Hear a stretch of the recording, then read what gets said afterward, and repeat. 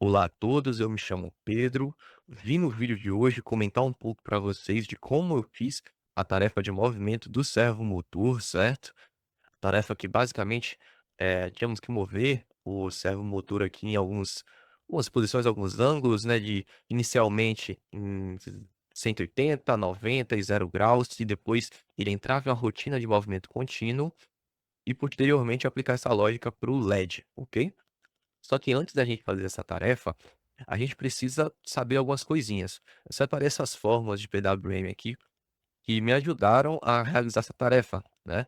Tem a fórmula para conseguir o Duty Cycle, a gente tem a fórmula para conseguir o divisor, que é muito importante nessa tarefa, porque se você for usar o divisor padrão do exemplo, que seria o 16, ele não vai ter o movimento que a gente quer, certo?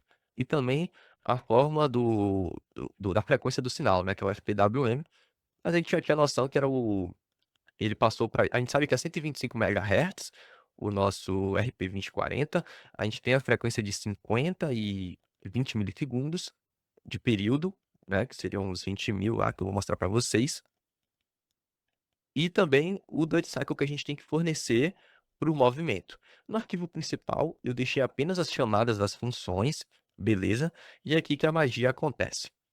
Inicialmente, eu fiz cada variável para os valores que a gente vai utilizar, certo? Então, o nosso período, ou wrap, né, que seria o valor máximo do nosso contador, é de 20.000, por conta dos 20 milissegundos que ele fala na questão.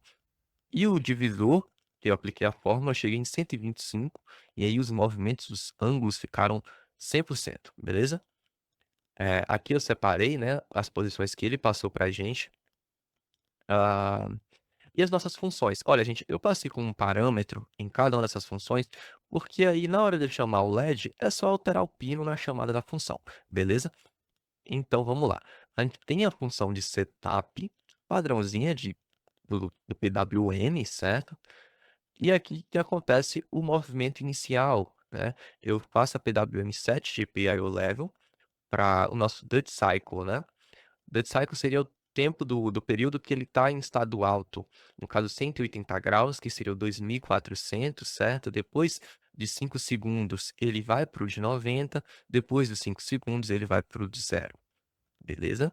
E aí, depois desses 3 movimentos iniciais, ele entra no ciclo de movimento contínuo, no qual eu chamo essa rotina aqui, esse for, para ir incrementando o nosso Duty Cycle, para ele ir se movimentando de maneira suave, né, que a questão fala aqui que seria os 5 microsegundos, e aí eu seto ele como 0 graus, e aí enquanto esse 0 graus for menor ou igual a 180, eu vou incrementando. Quando ele passa, aí ele entra na função aqui de baixo, que vai fazer o movimento oposto dos 180 graus para os 0 graus, decrementando. Beleza?